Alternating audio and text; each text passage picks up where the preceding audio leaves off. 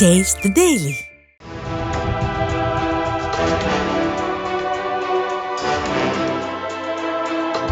தேனியில் இரவு நேரங்களில் ஆட்டோ ஓட்டுநர்கள் ஆண்களிடத்தில் வழிப்பறியும், பெண்களுக்கு பாலியல் ரீதியான அத்துமீறலில் ஈடுபடுவதாக காவல்துறையினருக்கு தொடர்ச்சியாக புகார் வந்தது.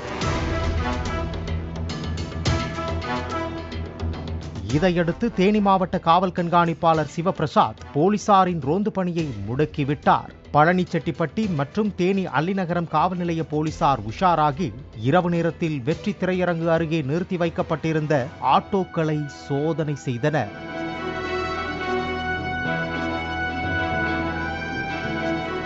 அப்போது அங்கிருந்த 10க்கும் மேற்பட்ட ஆட்டோ ஓட்டுநர்கள் தப்பி ஓடிவிட்டனர். இவர்கள் அனைவரும் மது போதையில் இருந்ததாக கூறப்படுகிறது. மேலும் முறையான ஆர்சி புக், இன்சூரன்ஸ் உள்ளிட்ட ஆவணங்கள் இல்லை. இந்த ஆட்டோக்கள் தேனி மாவட்ட பதிவன் TN60 கீழ் பதிவு செய்யப்படவில்லை. மதுரை, திண்டுக்கல் போன்ற வெளி மாவட்ட பதிவன் கொண்ட ஆட்டோக்கள் என்பதும் கண்டுபிடிக்கப்பட்டது.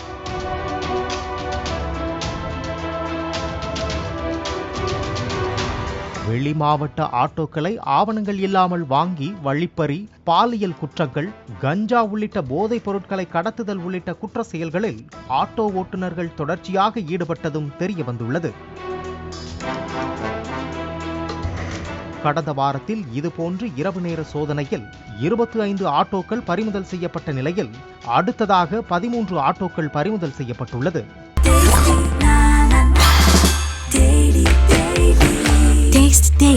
Taste the Daily.